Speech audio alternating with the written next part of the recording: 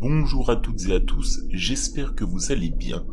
Je ne sais pas si vous connaissez cette série, qui est pourtant un mythe dans ce qui est de l'horreur quotidienne, entre le réel et le technologique, mais je vais vous lire un petit synopsis qui fera une bonne introduction à l'actualité que j'ai repérée aujourd'hui. Ash et Martha s'installent à la campagne, dans la maison où Ash a passé son enfance. Hélas, le lendemain, le jeune homme se tue sur la route. Aux funérailles, Martha apprend l'existence d'un service qui se sert de l'historique internet des défunts pour simuler des conversations entre morts et vivants. Le soir même, la jeune femme reçoit un message électronique d'Ash.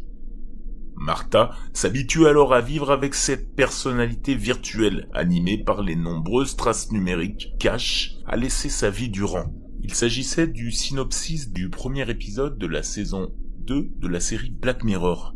Un synopsis qui somme toute avait l'air bien virtuel en 2013 lorsque c'est sorti, mais aujourd'hui avec les avancées de l'intelligence artificielle, qui pourrait presque paraître crédible. D'autant qu'on le sait, avec les deepfakes qui se multiplient, Meta, le groupe Facebook, Instagram, WhatsApp qui travaille sur l'élaboration d'un outil qui, après avoir prononcé quelques mots, pourrait lire tout simplement des messages avec la voix d'une personne que vous connaissez. Et bien comme je le disais, même si cette pratique pouvait sembler farfelue à l'époque de la sortie de l'épisode, elle devient plus courante qu'on ne le pense, plus crédible. Des entreprises du monde entier utilisent aujourd'hui l'intelligence artificielle pour créer des logiciels qui combinent les données d'image et de voix afin de créer des avatars ultra réalistes de personnes, vivantes ou mortes. Ces développements ouvrent un monde de nouvelles possibilités pour ceux qui luttent contre la perte d'un être cher.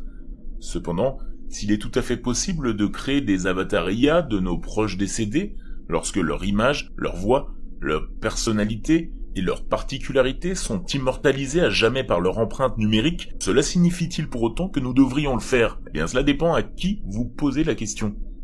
Une société basée à Nanjing, Silicon Intelligence, utilise l'intelligence artificielle pour créer des chatbots virtuels représentant les amis et les membres de la famille décédés. Dans cette ville située à 300 km à l'ouest de Shanghai, un jeune ingénieur nommé Sun Kai a mis au point une nouvelle façon de communiquer avec les morts. À l'origine de cette invention, le décès de sa mère il y a 5 ans, et surtout, le deuil que cela a suscité. Un deuil qui a pu être évité grâce à la création d'un avatar reprenant le visage et la voix de sa mère, animé par l'intelligence artificielle, répondant à ses questions et s'intéressant à sa vie. Comme le souligne l'article du bonbon.fr, après avoir mis au point son système, l'ingénieur chinois en a fait un véritable business. Son entreprise fait désormais travailler 500 salariés avec la mission de transposer des âmes dans un monde virtuel. En effet, des milliers d'avatars ont déjà été créés pour faire revivre des personnes disparues. Comme l'explique Sun Kai, pour copier l'apparence physique, l'entreprise a seulement besoin d'une vidéo de 3 minutes de la personne qui parle tout en faisant des gestes naturels et habituels. Pour le son, ils ont besoin d'une dizaine de minutes d'enregistrement audio. Et la magie opère en seulement quelques jours. Pour le clonage de la pensée, c'est un processus qui est plus progressif. Plus ils ont de la matière, plus il y a de la ressemblance avec la personne décédée.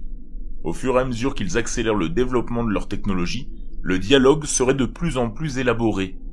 Tout comme ChatGPT, plus vous donnez d'informations, plus l'outil semble réel et perfectionné. Selon la source thread.com, créer un clone numérique d'être cher à l'aide d'un logiciel d'intelligence artificielle coûterait seulement 199 yuan, soit $30. Après le paiement, les clients bénéficieraient d'un accès illimité à un chatbot d'IA et à un avatar mobile parlant qui ressemble à leur ami ou membre de la famille décédée. Silicon Intelligence a baptisé ce service Résurrection.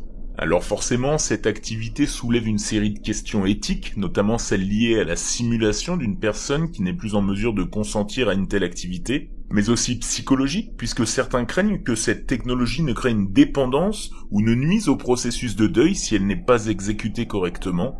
Et enfin, les limites juridiques de l'utilisation de l'IA générative à cette fin sont également floues, aucun organisme de réglementation centralisé ou complet n'ayant encore été mis en place pour la superviser. Forcément, je pense pas que quelqu'un allait penser qu'on puisse faire ce genre d'action en fait. Et pour vous, immortaliser digitalement quelqu'un, ça vous fait flipper ? J'ai hâte de savoir votre avis en commentaire sur Spotify, YouTube et sur toutes les plateformes. Et nous on se retrouve la semaine prochaine avec d'autres actus un peu creepy. Dans le noir bien sûr.